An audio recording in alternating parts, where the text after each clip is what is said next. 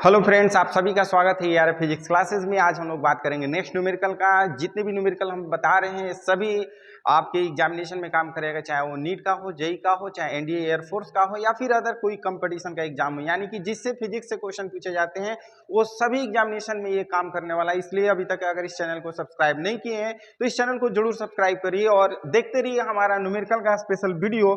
और हम लोग इसी तरह से न्यूमेरिकल और थ्योरी पढ़ते रहेंगे। तो चलिए हम स्टार्ट करते हैं। सबसे पहले क्वेश्चन की बात करते हैं। सॉल्यूशन में बाबू गिवन लिखते हैं, जो वैल्यू दिया रहता है उसको पहले नोट कर लिया जाता है। यानी कि कह रहे हैं कि दो स्थिर आवेश हैं, हम स्थिर आवेश कर लेते हैं इस तरह से। 4q दिया है और कह रहा है 2q दिया है, ठीक है। अब कह रहा है कि इकाई के मध्य दूरी x है, दोनों के मध्य दूरी हमने x मान लिया और कह रहा है साम्यावस्था के लिए तीसरे आवेश को कहाँ रखा जाए। मान लिया कि इस P पॉइंट पर तीसरे आवेश को रखा गया है और यह P पॉइंट जो है वो 4q से d दूरी पर स्थित है।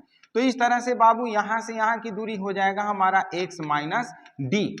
तो कह रहा है कि हमारा ये d कितना होना चाहिए, d का वैल्यू फाइंड करना है। तो आपको पता है कि साम्यावस्था का मतलब होता है दोनों बल जो होते हैं, दोनों फोर्स जो होते हैं इक्वल होते हैं। यानी कि सिंस दिया हुआ F1 is equal to F2, F1 और F2 इक्वल दिया है तो F1 इसका निकालेंगे बाबू।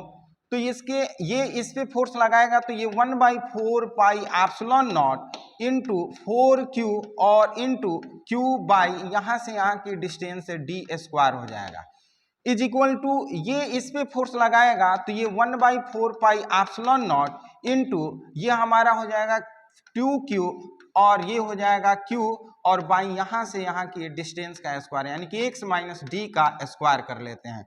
अब देखिए जो कटने वाला होता है कटा देते हैं, ये हमारा कट गया, ये q भी कट जाएगा और ये 2 जा 4 भी कट जाएगा। क्रॉस मल्टीप्लिकेशन करते हैं, हमें चूंकि d निकालना है तो d square is equal to हम लिख सकते हैं ये हमारा हो जाएगा 2 और इंटू एक्स माइनस डी का होल स्क्वायर। स्क्वायर रूट करते हैं बाबू तो d is equal to √2x और ये हो जाएगा हमारा माइनस √2 इंटू डी हो जाएगा।